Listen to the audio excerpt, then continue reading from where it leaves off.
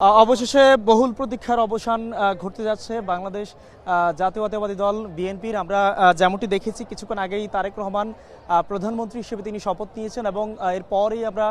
যেমনটি লক্ষ্য করেছি যে তার যে মন্ত্রিসভা সদস্যরা মন্ত্রী প্রতিমন্ত্রীরা তারাও কিন্তু শপথ দিয়েছেন এবং এই যে শপথ সেই শপথ আয়োজনের মধ্য দিয়ে মূলত তারা যেটি বলছিলেন যে বাংলাদেশের যে সমস্যা সম্ভাবনা কিংবা বাংলাদেশ নিয়ে তাদের যে পরিকল্পনা তারা কিন্তু সেগুলো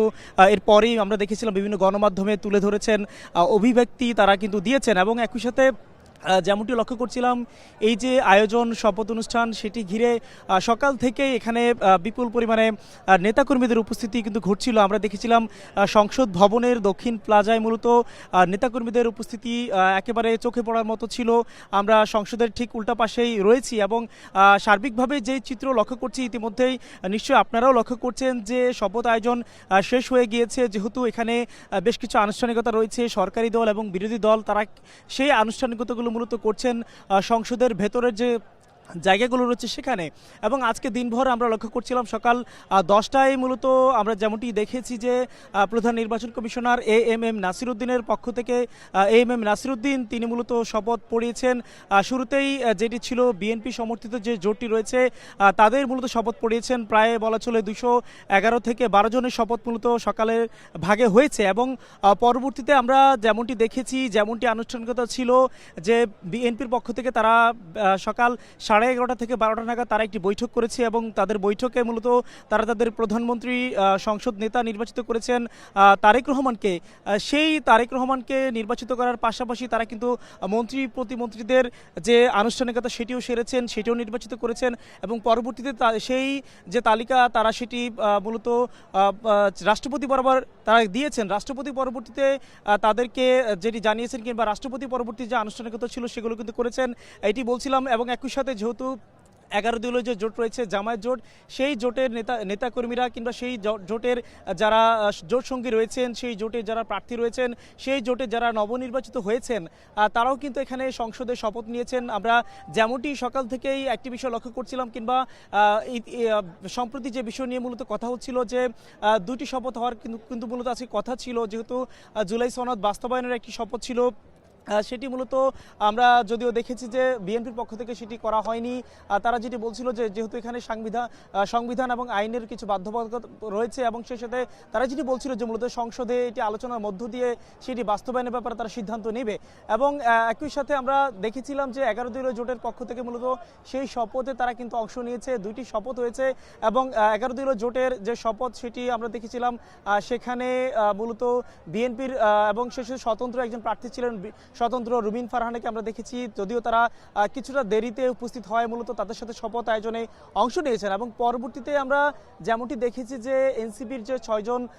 নবনির্বাচিত যে সংসদ সদস্য রয়েছেন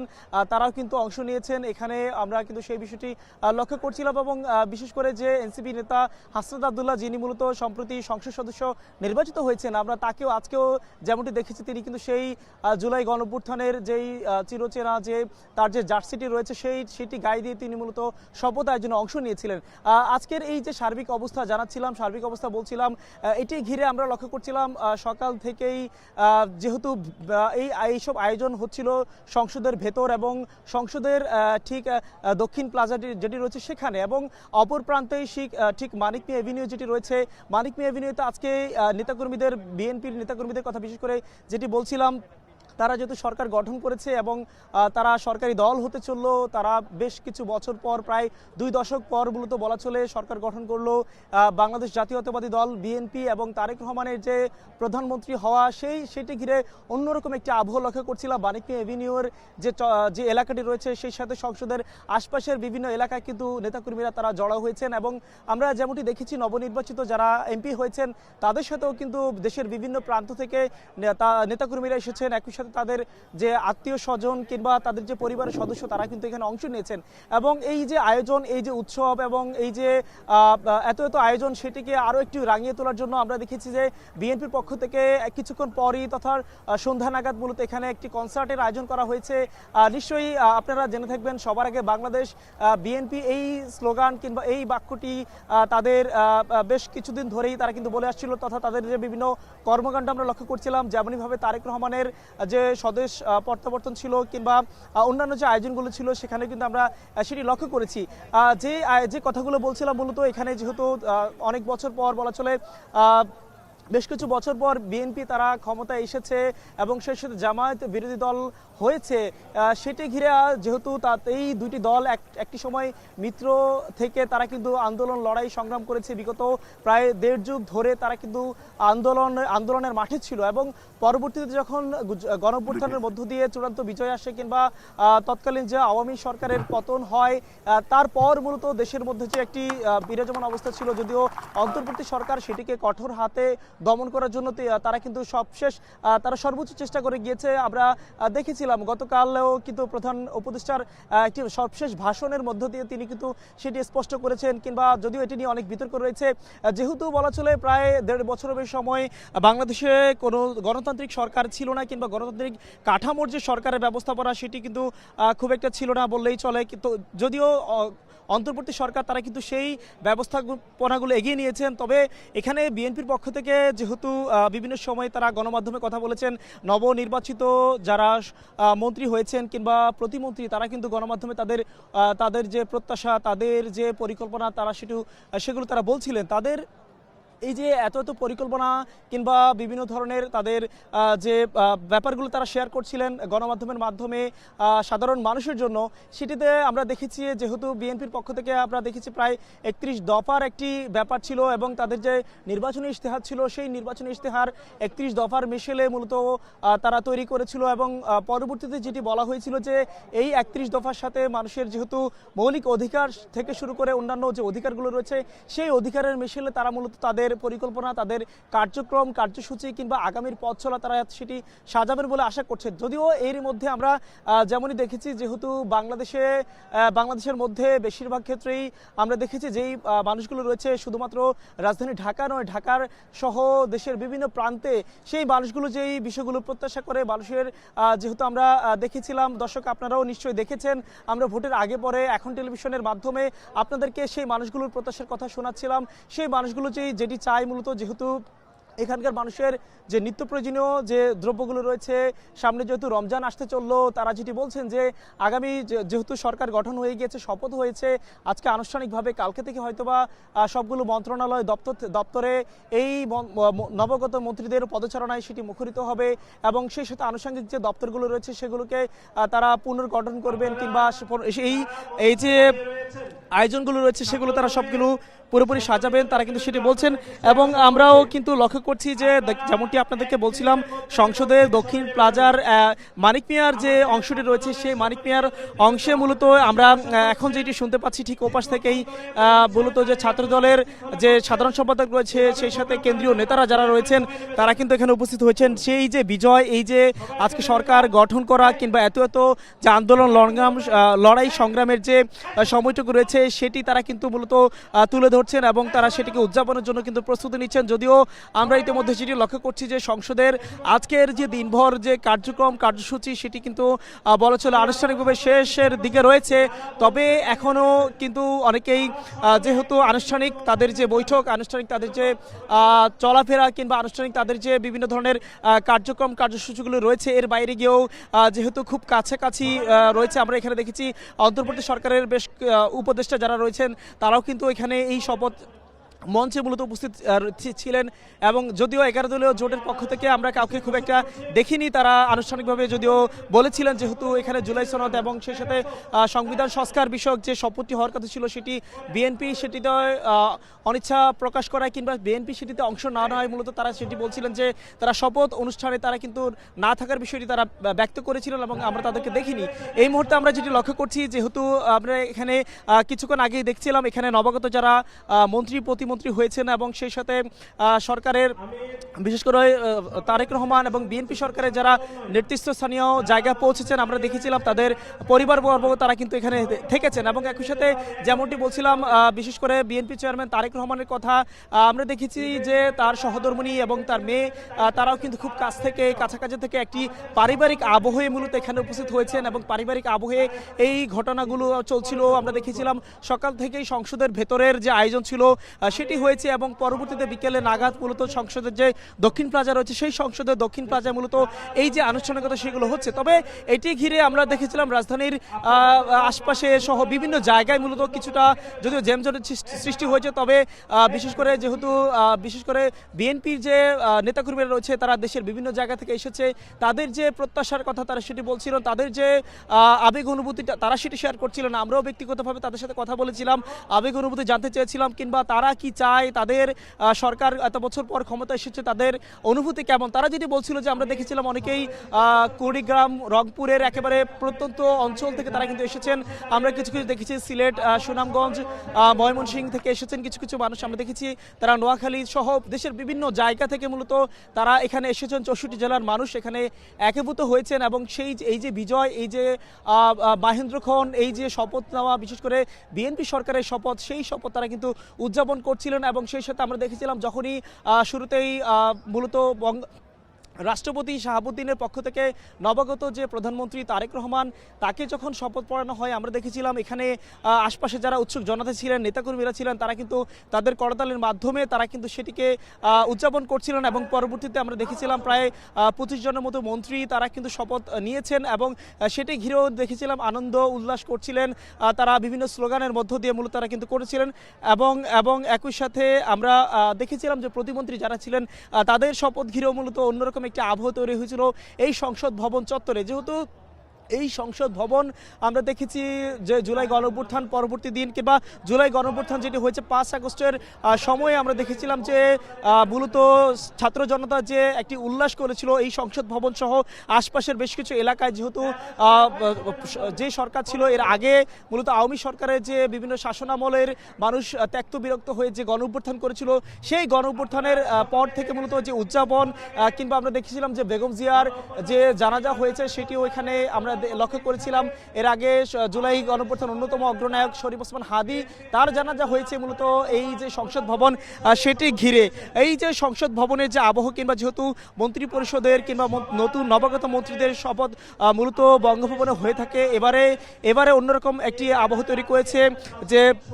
খোলা মঞ্চে খোলা জায়গায় মূলত স্থানে এটি আয়োজন হচ্ছে সেটি ঘিরে আমরা লক্ষ্য করছিলাম। যদি একটি ব্যাপার ছিল কিংবা নানা ধরনের কথাবার্তা হচ্ছিল যে এরপরও আমরা লক্ষ্য করছিলাম ঠিক বেলা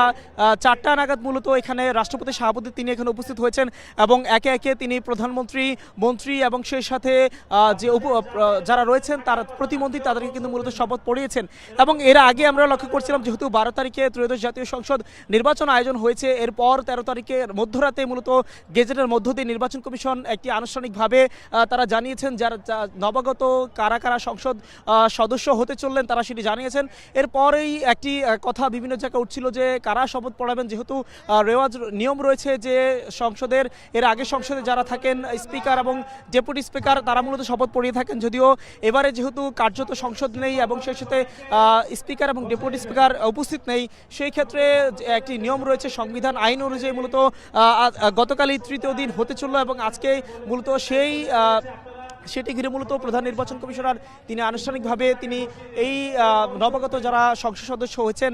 তাদেরকে মূলত শপথ পড়িয়েছেন এবং তাদের এই শপথের মধ্য দিয়ে নিশ্চয়ই দর্শক আপনারাও জেনে থাকবেন যে শপথ আয়োজন ঘিরে কিংবা শপথের মধ্যে যে ব্যাপারগুলো ঘটে থাকে মূলত যে দেশের প্রতি যে ভালোবাসা কিংবা সকলের প্রতি যে দায়বদ্ধতার জায়গা। যেহেতু যে কেউ এখানে নিশ্চয়ই আপনারা জেনে থাকবেন যেহেতু এখানে বলা চলে প্রায় 300 সংসদীয় আসন ভাগ করে দেশের 10টি অঞ্চলে 300 সংসদীয় আসন ভাগ করে যে প্রতিনিধিরা দেশের বিভিন্ন জায়গা থেকে এসেছেন, যদিও এখানে এখনকার যে হিসাব রয়েছে সেটি হচ্ছে 296টি হবে। যেহেতু গতকাল আমরা দেখেছিলাম বিএনপির পক্ষ থেকে একটি বিষয় জানানো হয়েছিল, প্রধান নির্বাচন কমিশনার বরাবর তারা একটি চিঠি দিয়েছিলেন যে তারেক রহমান তিনি মূলত বগুড়া 6 আসন ছেড়ে দিয়েছেন এবং একই সাথে আমরা দেখেছিলাম শেরপুরের জামায়াত নেতার মৃত্যুতে মূলত সেখানে একটি আসনে ভোট হয়নি, সেটি 2টি হয়েছে এবং একই সাথে চট্টগ্রাম 2 এবং চট্টগ্রাম 4 আসনের আমরা দেখেছিলাম যে সেটি কিন্তু কিছুটা স্থগিত পর্যায়ে রয়েছে, অর্থাৎ 300 সংসদীয় আসন যেহেতু রয়েছে দেশব্যাপী এবং দেশের 64 জেলার থেকে 300 আসন থেকে মূলত জনপ্রতিনিধিরা তারা দেশের মানুষের কথা, বিশেষ করে যে যে জেলায় রয়েছেন তার যে সংসদীয় আসন রয়েছে সেখানকার মানুষের কথা, মানুষের দুঃখ দুর্দশা কিংবা সেখানকার মানুষের জন্য কাজ করার যে প্রত্যয়গুলো তারা ব্যক্ত করছিলেন। আমরা শুধুমাত্র এই যে নির্বাচনকালীন সময় কিংবা প্রচার প্রচারণার সময় সেটি নয়, আমরা আগে পরেও লক্ষ্য করছিলাম এখানে যে বিশেষ করে যারা নবাগতভাবে মন্ত্রী হয়েছেন, প্রতিমন্ত্রী হয়েছেন, তারা মূলত আমরা বিভিন্ন সময় দেখেছি আন্দোলন লড়াই সংগ্রাম করতে গিয়ে তারা কিন্তু বিভিন্ন সময় বিগত সরকার যেটি ছিল তাদের সমালোচনা করেছেন। তার পাশাপাশি মূলত তারা যেটি করছিলেন যে তারা মানুষের জন্য কাজ করতে চান, মানুষের হয়ে কাজ করতে চান। যেহেতু বিগত সময় আমরা লক্ষ্য করেছিলাম যে বিগত সময় যারাই সংসদে কার্যত হয়েছেন এখানে সরকারি দল এবং সেই সাথে বিরোধী দল, সেখানে বিরোধী দলের যে কার্যকারিতা ছিল সেটি খুব একটা চোখে পড়ার মতো ছিল না, যার ফলে মূলত যেটি হয়েছিল যে সরকার দলের যে একচ্ছত্র নিয়ন্ত্রণ সেটি মন্ত্রণালয় থেকে শুরু করে বিভিন্ন দপ্তরে সেটি যেটি হয়েছে, যার ফলে মূলত মানুষের যে ক্ষোভ সেটি কিন্তু আমরা লক্ষ্য করছিলাম। এবং পরবর্তীতে যখন জুলাই গণঅভ্যুত্থান এবং 5 আগস্টের যখন ছাত্র জনতা যখন এর আগে যে সরকার ছিল তাদেরকে হটিয়ে মূলত তারা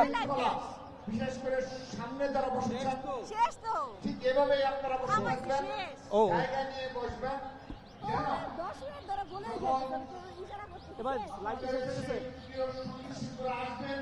হ্যালো সেটি তারা কিন্তু সেটি বলছেন এবং একই সাথে আমরা নিশ্চয়ই দেখেছেন যে বিগত সময়ে যেমনটি হয়েছে সংসদে, বিশেষ করে সংসদে যেহেতু বিভিন্ন বিষয়ে বিভিন্ন বিল উত্থাপিত হয়, বিভিন্ন বিষয়ে এখানে আলাপ আলোচনা হয় এবং সেই সাথে মানুষের জন্য যেটি ভালো হয় কিংবা দেশের কল্যাণে যেটি হয়ে থাকে সেটি মূলত ওইখান থেকে উত্থাপিত হয়ে থাকে। যদিও এখানে বড় একটি অংশ জুড়ে বিরোধী দলের একটি প্রভাব কিংবা বিরোধী দলের ভূমিকা থেকে থাকে, বিগত সময় যেহেতু সেটি ছিল না। এবারে মানুষ যেটি প্রত্যাশা করছেন, যেহেতু সরকারি দল বলা চলে প্রায় 212টি তারা আসন নিয়ে এই সংসদে প্রতিনিধিত্ব করতে যাচ্ছে এবং সেই সাথে বিরোধী দলের ভূমিকায় যেটি রয়েছে জামায়াত জোট, 11 দলীয় জামাত সমর্থিত 11 দলীয় জোট, তারা মূলত নিশ্চয়ই তারা জনগণের কথাগুলো তুলে ধরবেন কিংবা বিরোধী দলের ভূমিকায় থেকে তারা যেন মানুষের জন্য কথাগুলো বলেন কিংবা মানুষের হয়ে তারা কথা বলেন, সেগুলো কিন্তু এই জামায়াত সহ বিভিন্ন দলের কিংবা বিভিন্ন অংশীজন থেকে শুরু করে সাধারণ মানুষ কিন্তু সেগুলো বলছিল। এবং একই সাথে আমরা শুধুমাত্র এই সংসদই নয়, আমরা ঢাকা শহরের আজকে সকাল থেকেই কিংবা যেহেতু নির্বাচন হয়েছে, নির্বাচনের আগে পরে কিংবা পরবর্তী যে 3 থেকে 4 দিন সময় হতে চললো আজকে সহ, সেটি ঘিরে আমরা লক্ষ্য করছিলাম মানুষের যে প্রত্যাশা অন্যরকম মাত্রায় গিয়ে পৌঁছেছে। মানুষ যেটি বলছে যে যারাই সরকার গঠন করুক, যেহেতু এবার বিএনপি সরকার গঠন করতে যাচ্ছে সেটি অনেকটা নিশ্চিত হয়ে আমরা গিয়েছিলাম। যেহেতু আমরা 12 তারিখ যে ত্রয়োদশ জাতীয় সংসদ নির্বাচন হয়েছিল সকাল 7:30 থেকে বিকেল 4:30 পর্যন্ত, সেটি এর পরে আমরা যেমনটি দেখেছি যে ভোটের গণনা ঘিরে দেশের বিভিন্ন প্রান্ত থেকে যখন খবরগুলো আসছিল এবং নির্বাচন কমিশনে তারা ব্রিফিংয়ের মধ্য দিয়ে তারা যেটি বলছিল সেটি ঘিরে আমরা লক্ষ্য করছিলাম তারা কিন্তু অনেকটা নিশ্চিত হয়ে গিয়েছিল। এবং এরপর থেকে মূলত বিএনপির যে নেতাকর্মীরা রয়েছেন, বিএনপির যারা সমর্থক রয়েছেন এবং সেই সাথে সাধারণ মানুষ, তারা যেটি বলছিল যে যেহেতু 5 আগস্ট পরবর্তী সময়ে গণঅভ্যুত্থান পরবর্তী সময়ে বিভিন্ন প্রকার আমরা দেখেছি যে বিভিন্ন প্রকার যে আন্দোলন লড়াই সংগ্রামগুলো হয়েছে বিভিন্ন দপ্তরে বিভিন্ন মন্ত্রণালয়ে বিভিন্ন জায়গায়, মানুষ যেটি বলছিল যে মানুষ তাদের যে অধিকার রয়েছে সেটি তারা পায়নি কিংবা মানুষের যে প্রত্যাশা সেটি পূরণ হয়নি, সেটি ঘিরে মূলত মানুষ নানানভাবে তাদের কথাগুলো বলছিল। তারা যেটি বলছিল নিশ্চয়ই বর্তমান সরকার যেহেতু শপথ গঠন করেছেন, এই যে ত্রয়োদশ জাতীয় সংসদে যারা প্রতিনিধিত্ব করছেন, সরকারের ভূমিকা থাকছেন, মূলত বাংলাদেশ জাতীয়তাবাদী দল বিএনপি, তারা মানুষের প্রত্যাশাগুলো পূরণ করবেন কিংবা মানুষ কি চায় তারা সেটি মেনে মূলত কাজ করবে, তারা সেটি কিন্তু বলছিলেন। এবং একই সাথে আমরা এই বর্তমান যে বর্তমান বলা যেতেই পারে যেহেতু শপথ হয়ে গিয়েছে, আমরা বিভিন্ন আনুষ্ঠানিকতা লক্ষ্য করছিলাম বিএনপির পক্ষ থেকে। এখানে তাদের যে মন্ত্রণালয় কিংবা তাদের যে মন্ত্রী হয়েছে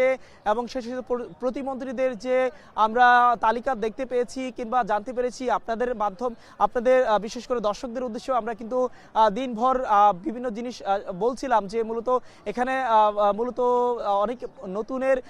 নতুন মুখ আমরা লক্ষ্য করেছি। সেই সাথে পুরনো যারা ছিলেন বিশেষ করে স্থায়ী কমিটির সদস্য আমরা দেখেছিলাম বিএনপির যে মহাসচিব মির্জা ফখরুল ইসলাম আলমগীর তিনি যেমনভাবে রয়েছেন, সেই সাথে আমরা দেখেছিলাম সালাউদ্দিন আহমেদ তিনি রয়েছেন এবং সেই সাথে মেজর হাফিজ সহ অন্যান্য স্থায়ী কমিটির বলা ছিল বেশ কিছু নেতৃবৃন্দ আমরা লক্ষ্য করেছি। এবং সেই সাথে আমরা প্রতিমন্ত্রীর ভূমিকায় আমরা দেখেছিলাম যে ঢাকা 6 আসনে যে বিশেষ করে এর আগে আমরা দেখেছিলাম বিএনপির পক্ষ থেকে যাকে ঢাকা দক্ষিণ সিটির মেয়র হিসেবে মূলত তাকে মনোনীত করা হয়েছিল, তিনি মেয়র নির্বাচন করেছিলেন ইশরাক হোসেন, তিনি মূলত এখানে প্রতিমন্ত্রীর ভূমিকায় থাকবেন আমরা এখন পর্যন্ত নিশ্চিত হয়েছি। এবং সেই সাথে বিএনপির যে এবার যারা নির্বাচন করেছেন ঢাকা 13 আসনের যে প্রার্থী ছিলেন ববি হাজ্জাজ, তাকে কিন্তু আমরা দেখেছি তিনি প্রতিমন্ত্রী হতে যাচ্ছেন। এবং সেই সাথে বিগত যে সময়টি রয়েছে, বিগত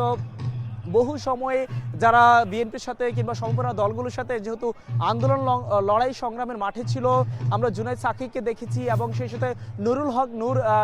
ঢাকায় ডাকসু বিপি যাকে বলা হয়ে থাকে, যিনি মূলত গণ অধিকারের হয়ে মূলত তিনি নির্বাচন করেছিলেন। যদিও এবারের নির্বাচনে নিশ্চয়ই আপনারা জেনে থাকবেন যে আরপিওর যে পরিবর্তন আনা হয়েছিল সেটি অনুযায়ী মূলত তিনি নিজ দলের প্রতীকে তাকে ভোট করতে হয়েছে। আগের কার সময়ের মতো মূলত যে বিএনপি জোটে আসলেই যে তিনি ধানের শীষে ভোট করতে পারবেন সেটি কিন্তু এবার সুযোগ ছিল না। এরপরও আমরা দেখেছি তিনি জয়ী হয়ে এসেছেন। আমরা তার সাথেও কথা বলার চেষ্টা করছিলাম এবং সেই সাথে আগে যেখানে আমরা দেখেছিলাম সদ্য বিএনপি থেকে বহিষ্কার হওয়া যে দেখেছিলাম যে মূলত রুমিন ফারহানা, তিনি মূলত ব্রাহ্মণবাড়িয়া থেকে তিনি নির্বাচন করেছেন একটি আসন থেকে, তারও কিন্তু আমরা প্রতিক্রিয়া লক্ষ্য করছিলাম। তিনি যেহেতু এর আগে সংসদে প্রতিনিধিত্ব করছিলেন বিএনপির পক্ষ থেকে এবং সেই সাথে আমরা লক্ষ্য করছিলাম নানা সময়ে নানা জায়গায় নানা মঞ্চে কিন্তু কথাগুলো উঠে আসছিল, তারাও মূলত নির্বাচিত হয়েছেন। নিশ্চয়ই এর জন্য মূলত আমরা দেখেছিলাম মানুষের প্রত্যাশা কিন্তু এবারে অন্যরকম মাত্রায় রয়েছে। এবং একই সাথে আমরা জামায়াত জোটেও কিন্তু বেশ কিছু প্রার্থী লক্ষ্য করেছি, বিশেষ করে এনসিপির যে 6 জন প্রার্থী রয়েছেন, এনসিপির সর্বকনিষ্ঠ যে সংসদ সদস্য এবার বলা হচ্ছে যে মূলত নোয়াখালী 6 আসনের যে প্রার্থী রয়েছেন তাকে আমরা দেখেছি। এবং সেই সাথে আমরা দেখেছি যে এনসিপির যে অন্যতম নেতা তিনি কিন্তু রয়েছেন হাসনাত আবদুল্লাহ। এর পাশাপাশি আমরা দেখেছিলাম যে এনসিপির যে আহ্বায়ক যে নাহিদ ইসলাম তিনিও নির্বাচিত হয়েছেন, আমরা লক্ষ্য করেছিলাম, আপনাদেরকে দেখাচ্ছিলাম, নিশ্চয়ই আপনারাও ইতিমধ্যে জেনে গিয়েছেন ঢাকা 11 আসন থেকে। এবং একই সাথে আমরা রংপুর থেকে যে এনসিপির যে সদস্য সচিব আক্তার হোসেন তাকেও কিন্তু দেখেছি। এই যে শপথ, সেই শপথ ঘিরে অন্যরকম একটি উৎসাহের আবহ তৈরি হয়েছিল। যদিও দলটির পক্ষ থেকে এনসিপির পক্ষ থেকে আমরা দেখেছিলাম তারা 11 দলীয় জোটে যখন যায় তারা 30 জনের একটি প্রার্থী তালিকা দেয় এবং 11 দলীয় জোটের যে প্রধান সমন্বয় করছিল বাংলাদেশ জামায়াত ইসলামী, তারা মূলত সেই 30টি আসনে বেশিরভাগ আসনে তারা মূলত এনসিপিকে ছেড়ে দেয় এবং জোট শরিক হিসেবে তারা কিন্তু অন্যান্য দলকেও ছেড়ে দিয়েছে। এর পাশাপাশি নিশ্চয়ই একটি বিষয় বলতে হয়, যেহেতু এবারের সংসদ নির্বাচনে প্রায় বলা চলে প্রায় 300-র কাছাকাছি যেহেতু প্রতিনিধি নির্বাচিত হয়েছেন এবং এর পাশাপাশি যেহেতু আজকের এই আয়োজনে 296 জনের আনুষ্ঠানিকতা ছিল কিংবা শপথ আয়োজন ছিল, এর পাশাপাশি চট্টগ্রাম 2 এবং চট্টগ্রাম 4 আসনেও কিন্তু আমরা নিশ্চয়ই হয়তো শপথ আয়োজন এর পর হবে, যেহেতু সেখানে আদালতের রায় কিংবা বেশ কিছু আনুষ্ঠানিকতার জন্য সেটি স্থগিত রাখা হয়েছে নির্বাচন কমিশনের পক্ষ থেকে। এবং সেই সাথে শেরপুরে যে জামায়াতের যে প্রার্থী ছিল তিনি নির্বাচনের কিছুদিন আগেই মূলত তার যে ইন্তেকাল হয় সেটি ঘিরে মূলত সেখানে নির্বাচন স্থগিত করা হয়, যেহেতু আইনেই রয়েছে সেই বিষয়টি। এবং একই সাথে যেহেতু বগুড়া 6 আসনের হয়ে তারেক রহমান তিনি 2টি আসনের নিশ্চয়ই আপনারা জেনে থাকবেন যে তারেক রহমান বগুড়া 6 এবং ঢাকা 17 আসনের হয়ে তিনি নির্বাচন করেছিলেন এবং 2টি আসনে মূলত জয় পেয়েছিলেন। গতকাল আমরা দেখেছি প্রধান নির্বাচন কমিশনার এএমএম নাসিরউদ্দিন বরাবর একটি চিঠি দেওয়া হয়েছে তারেক রহমান এবং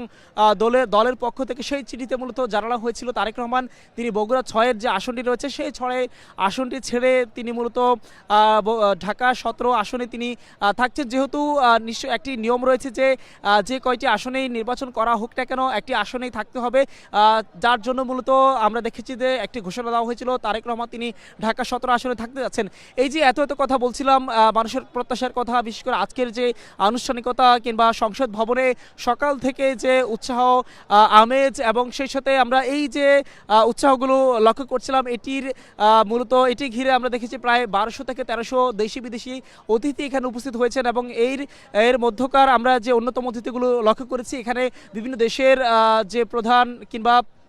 অন্যরকম যারা ভূমিকায় থাকেন তারা কিন্তু এখানে উপস্থিত হয়েছেন। আমরা তাদেরকে লক্ষ্য করছিলাম, তাদের মধ্যকার যে নবাগত মন্ত্রী প্রতিমন্ত্রীদের তাদের কথা হচ্ছিল, বিভিন্ন ধরনের বিষয় নিয়ে খুনসুটি হচ্ছিল, আমরা দেখেছিলাম ভেতরগতভাবে, নিশ্চয়ই আপনারাও লক্ষ্য করছিলেন। এই মুহূর্তে আমরা যেটি লক্ষ্য করছি যে সংসদের দক্ষিণ প্লাজা যেটি রয়েছে সেখানে দিনভর যে আনুষ্ঠানিকতাগুলো ছিল, দিনভর যে আইনশৃঙ্খলা রক্ষাকারী বাহিনীর যে উপস্থিতি ছিল কিংবা আইনশৃঙ্খলা রক্ষাকারী বাহিনীর যে কয়েক স্তরের নিরাপত্তা ব্যবস্থা ছিল সেটি যেহেতু আয়োজন একেবারে শেষের দিকে রয়েছে সেটি ঘিরে আমরা লক্ষ্য করছিলাম আইনশৃঙ্খলা বলয় যেটি তৈরি করা হয়েছিল, যেহেতু এখানে অন্তর্বর্তী সরকারের প্রধান ডক্টর মোহাম্মদ ইউনূস তিনি ছিলেন এবং সেই সাথে এখানে নতুন যে প্রধানমন্ত্রী তারেক রহমান তিনি ছিলেন এবং সেই সাথে নবাগত যে মন্ত্রী প্রতিমন্ত্রী এবং সেই সাথে যেমনটি বলছিলেন অন্তর্বর্তী সরকারের যে প্রতিনিধিরা যারা ছিলেন, যদিও যেহেতু নতুন সরকার শপথ নিয়েছে সেই শপথের মধ্য দিয়ে অন্তর্বর্তী সরকারের কাজ কিছুটা গুছিয়ে এসেছে কিংবা তাদের অনেকটা বিদায় বলা যেতে পারে। আমরা গতকালই লক্ষ্য করছিলাম সরকারের অন্তর্বর্তী সরকারের যে প্রধান ছিলেন প্রধান উপদেষ্টা প্রফেসর মোহাম্মদ ইউনূস, তিনি তার যে বক্তব্য, তার যে অভিব্যক্তি, তার যে প্রত্যাশা, তার যে বিদায়ী ভাষণ, তিনি সেখানে নানা বিষয়গুলো বলছিলেন। নানা বিষয়গুলো বলতে গিয়ে তিনি মোটা দাগে যে বিষয়গুলো বলেছিলেন, বিশেষ করে যে নতুন সরকারের জন্য যেমনইভাবে তিনি শুভেচ্ছা জানিয়েছিলেন, শুভকামনা জানিয়েছিলেন, এর পাশাপাশি আমরা দেখেছি যে তিনি কিন্তু মূলত যেমনটি বলেছিলেন যে তার সরকারের মেয়াদি তারা কিন্তু নানাভাবে চেষ্টা করেছেন মানুষের জন্য কাজ করার জন্য এবং দেশের জন্য যেই ব্যাপারগুলো ভালো হয় তারা সেগুলো করার চেষ্টা করেছিল। যদিও আমরা দেখেছিলাম যে যেমনটি কিছুক্ষণ আগেও বলছিলাম যে অন্তর্বর্তী সরকার দায়িত্ব নেওয়ার পর আমরা দেখেছিলাম বিভিন্ন ধরনের রাজনৈতিক দল থেকে শুরু করে বিভিন্ন দপ্তর কিংবা বিভিন্ন ধরনের যে ছাত্র জনতা, বিভিন্ন আমরা ক্যাম্পাস ভিত্তিক আন্দোলন দেখেছি, বিভিন্ন বাহিনী থেকে শুরু করে নানা মহলে কিন্তু আন্দোলন লড়াই সংগ্রাম হয়েছে। এরপর মূলত নির্বাচন নিয়ে নানা ধরনের কথা উঠেছে যে নির্বাচন হবে কি হবে না কিংবা এই সরকারের মেয়াদে নির্বাচন সুষ্ঠু হবে কিনা, কিংবা সেই সাথে যেহেতু বিগত 3টি নির্বাচন নিয়ে নানা ধরনের প্রশ্ন রয়েছে, নানা ধরনের কারচুপির কথা উঠে এসেছে, নির্বাচন কমিশনকে প্রশ্নবিদ্ধ করা হয়ে থাকে। এবারও নির্বাচন কমিশনের কিন্তু অনেকটা চাপ ছিল এই যে নির্বাচন সেটি আয়োজন করা। আমরা দেখেছিলাম প্রধান নির্বাচন কমিশনার যখন তিনি যেটি হয়েছে ত্রয়োদশ জাতীয় সংসদ নির্বাচন গত বৃহস্পতিবারে তথা 12ই ফেব্রুয়ারিতে যেই নির্বাচন আয়োজন হয়েছে সেই আয়োজনে তিনি ভোট দিয়েছেন একটি কেন্দ্রে ঢাকার। আমরা সেটিও কিন্তু আপনাদেরকে দেখানোর চেষ্টা করছিলাম। তিনি কিন্তু অনেকটা আবেগ আপ্লুত হয়ে যান, তার চোখ দিয়ে তিনি যখন কথা বলেন অনেকটা পানি বের হওয়ার মতো অবস্থা ছিল, যে যেমনটি বলছিলেন যে তার অভিব্যক্তিতে যে অনেক লড়াই সংগ্রাম কিংবা অনেক চ্যালেঞ্জের মুখোমুখি হতে হয়েছিল নির্বাচন কমিশনকে। এরপর যখন একটি নির্বাচন আয়োজন হয় কিংবা নির্বাচন ঘিরে যেহেতু বিগত নির্বাচনগুলোতে যেমনই হয়েছে সংঘাত সহিংসতা সেটি তুলনামূলকভাবে কম হয়েছিল, যদিও এই নির্বাচনকে সুষ্ঠু বেশ কিছু পক্ষ বললেও কিংবা নানা ধরনের পক্ষ কিন্তু নির্বাচনকে সুষ্ঠু বলছে, তবে 11 দলীয় জোটের পক্ষ থেকে কিন্তু নানা ধরনের অভিযোগ করা হয়েছিল। শুধুমাত্র 11 দলীয় জোট নয়, আমরা দেখেছিলাম বিএনপির পক্ষ থেকে তারা কিন্তু বিভিন্ন সময় নির্বাচন কমিশনে এসেছেন, বিভিন্ন ধরনের তারা অভিযোগগুলো করছেন। যদিও নির্বাচন কমিশনের পক্ষ থেকে যেটি বলা হচ্ছে নির্বাচন কমিশন যেহেতু গেজেট দিয়ে দিয়েছেন 13ই ফেব্রুয়ারি মধ্যরাতে তারা তাদের আনুষ্ঠানিকতা শেষ করেছেন, এরপরে মূলত নির্বাচন কমিশনের খুব একটা কিছু করার সুযোগ নেই। যাদেরই যে ধরনের অভিযোগ থাকবে, যাদেরই যে ধরনের কথা থাকবে তারা মূলত আদালতের মাধ্যমে তারা সেটি তাদের পক্ষে রায় তারা নিতে পারবেন, তারা কিন্তু মূলত এটি বলছেন। এবং একই সাথে দর্শক আপনারা জেনে থাকবেন যে আমরা বিগত সরকারের সময়ে বিশেষ করে যে আন্দোলন লড়াই সংগ্রাম হয়েছে কিংবা মানুষ বারে বারে রাস্তায় নেমেছে, মানুষের মধ্যে ক্ষোভ রক্ষা করে গিয়েছে, বিশেষ করে দ্রব্যমূল্যের যে ঊর্ধ্বগতি ছিল সেই সাথে মানুষের যে বাক স্বাধীনতা, মানুষ যে কথা বলা কিংবা বিশেষ করে অনলাইন থেকে শুরু করে সামাজিক যোগাযোগ মাধ্যম বেশ কিছু মাধ্যমে যখন মানুষের কণ্ঠ রোধ করা হয়েছিল, মানুষ কিন্তু সেটি চেপে রাখার পর মূলত তারা কিন্তু ভেতরে তাদের যে একটি ক্ষোভ জন্মেছিল, যে সেই ক্ষোভের যে সেই ক্ষোভের যে আনুষ্ঠানিকতা কিংবা সেই ক্ষোভ ঘিরে যে আমরা লক্ষ্য করছিলাম ৫ আগস্টের যে ছাত্র জনতা কিংবা ৫ আগস্টের যে মানুষ যে রাস্তায় নেমে এসেছিল, তারা যিনি বলেছিল যে যারা আর কোনো সরকার কিংবা আর কোনো যারাই শাসন ভারে আসবে তারা যেন এমন না হয় যে মানুষ তাদের যে বাক স্বাধীনতা কিংবা তাদের যে নিত্য প্রয়োজনীয় যে দ্রব্যগুলো থাকবে কিংবা বাজার দর যেটি থাকবে সেটি যেন নিয়ন্ত্রণের মধ্যে থাকে, মানুষের যেন ক্রয় ক্ষমতার মধ্যে থাকে এবং সেই সাথে যেহেতু মানুষের যে মৌলিক অধিকার রয়েছে শিক্ষা, স্বাস্থ্য, চিকিৎসা থেকে শুরু করে অন্যান্য যে অধিকারগুলো রয়েছে সেগুলো যেন নিশ্চিত হয়, তারা কিন্তু সেগুলো বলছিল। এবং একই সাথে আমরা দেশের বিভিন্ন জায়গায় মানুষগুলো যখন এখানে জড়ো হচ্ছিল কিংবা আগে পরে দর্শকদের উদ্দেশ্যে কিংবা দর্শকরা যেহেতু জানতে চায় তাদের জন্য মূলত আমরা যেহেতু অনেক মানুষের সাথে কথা বলছিলাম, এখানে তরুণ বৃদ্ধ এখানে যারাই এসেছিল তাদের সাথে কথা বলছিলাম, তারা যেটি বলছিল যে সরকারই আসুক কিংবা যে সরকারই এখানে শপথ নিয়েছে তারা সেটিকে সাধুবাদ জানিয়েছে। যেহেতু বলা চলে বিএনপি তারা এই যে আন্দোলন, লড়াই, সংগ্রাম তারা ২০০৬ সাল পরবর্তী তারা কিন্তু ক্ষমতার বাইরে রয়েছে, সেই ক্ষমতার বাইরে থেকেও তারা মূলত বিভিন্ন সময় মানুষের কথাগুলো বলেছে। তার জন্য মূলত মানুষ যেটি বলেছিল যে বিএনপির কাছে তারা সেটি প্রত্যাশা করে, বিএনপি যে বিভিন্ন সময় যেহেতু মানুষের জন্য তারা বিভিন্ন ধরনের প্রত্যাশার বাণী শুনিয়েছিল, বিভিন্ন ধরনের পরিকল্পনা তারা কিন্তু বলেছিল। বিশেষ করে আমরা বিএনপির যে ৩১ দফা দেখেছি ২০২৩ সাল পরবর্তী সময়ে, সেই ৩১ দফা ঘিরে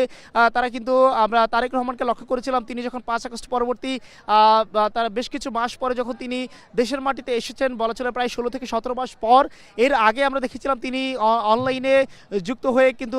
নেতাকর্মীদেরকে নানানভাবে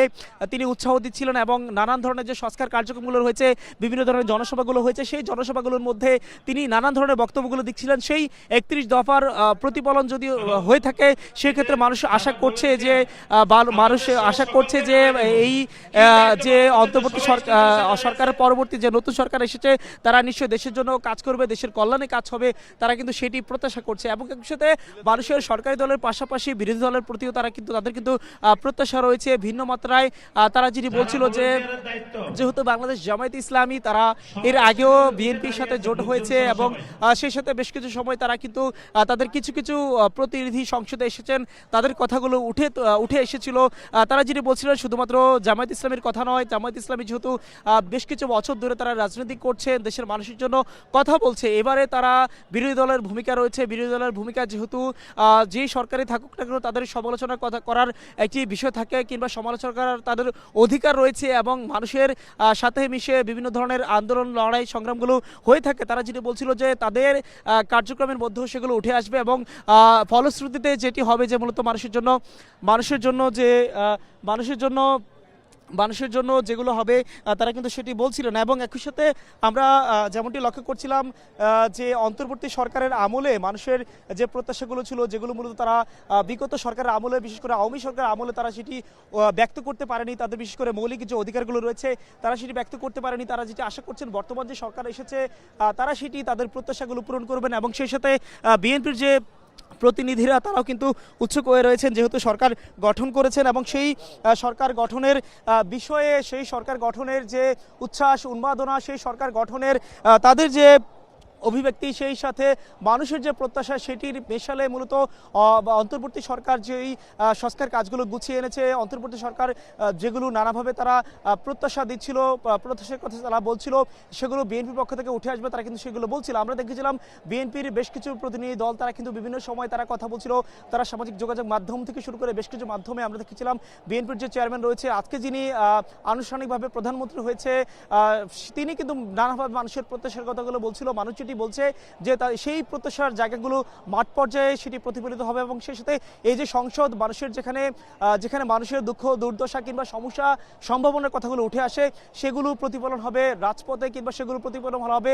মূলত কার্যতভাবে, সেটি কিন্তু আশা করছে। আমরাও কিন্তু মূলত এখন টেলিভিশনের পর্দায় দর্শক আপনাদের কাছে আমরা জানাচ্ছিলাম সংসদ ভবন থেকে মূলত বিভিন্ন ধরনের কার্যক্রম, কার্যসূচি এবং নানাভাবে আপনাদেরকে এই যে সংসদ নির্বাচন এবং সেই সাথে সংসদের যে আনুষ্ঠানিকতা সেগুলো মূলত জানাচ্ছিলাম। আমরা আপনাদের সাথে যুক্ত ছিলাম আমি মিয়া আমিরুল।